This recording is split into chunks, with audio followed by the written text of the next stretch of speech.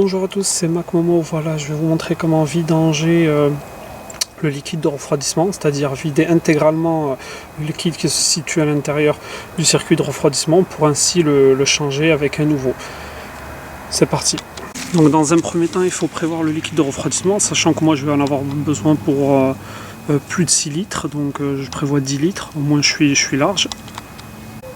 Donc prévoyez un bac receveur quelconque qui fasse 10 litres au minimum, comme ça au moins vous êtes large. Ensuite il faut repérer l'élément du liquide de refroidissement le plus bas, c'est-à-dire soit démonter une durite, mais en règle générale c'est assez dangereux parce qu'on peut se brûler, soit le robinet. Donc moi sur le Renault Trafic il est devant à gauche, il faut que je démonte cette trappe et j'ai un petit robinet de vidange.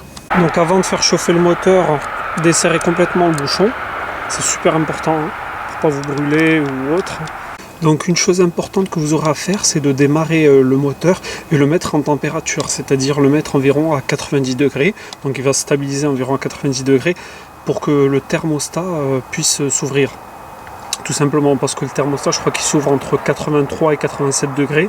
Ainsi, tout l'eau va couler dans le bac receveur.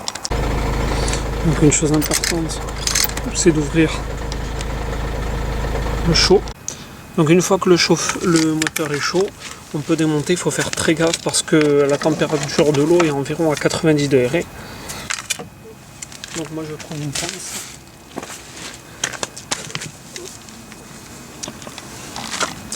Donc voilà, faites attention parce que ça va. Voilà, donc moi ce que je vais faire, je vais prendre un petit tube. Voilà. Et je vais le laisser tranquillement se vider. Donc voilà, moi on peut constater que mon eau est très propre, donc il n'y a que le fond en fait du seau qui était déjà sale, mais on voit que l'eau est très claire, donc j'ai pas besoin de refaire une autre vidange. Il faut savoir que pour les gens qui ont une eau plutôt trouble et très sale, il serait peut-être judicieux de recommencer cette étape 2 voire 3 fois. Ça peut être que bien pour le moteur, tout en faisant attention à ne pas se brûler. Donc voilà, une fois terminé, je vais retirer le bouchon là pour tout simplement nettoyer le joint et le regraisser. Vous avez la possibilité de l'enlever. Voilà. Donc voilà l'élément important. Donc je viens de regraisser mon joint, il est en bon état. Ça, il faut faire gaffe parce que si par malheur vous le démontez et qu'il est mort, eh ben, vous ne pourrez pas remplir votre liquide de refroidissement. Donc voilà, je vais refermer le bouchon. Il n'y a pas besoin de forcer, normalement avec les doigts c'est possible. Voilà. Et surtout il faut se bloquer au cran là. Il ne faut pas continuer. Ensuite quand vous mettrez l'eau, il faudra vérifier qu'il n'y a pas de fuite bien sûr. Bon, normalement il ne devrait pas en avoir.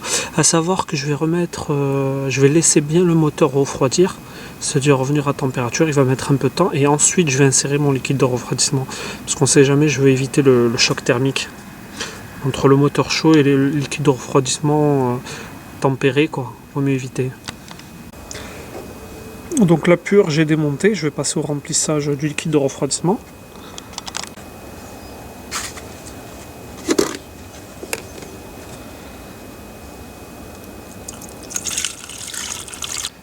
Donc une fois que vous avez bien rempli votre bocal, vous avez purgé avec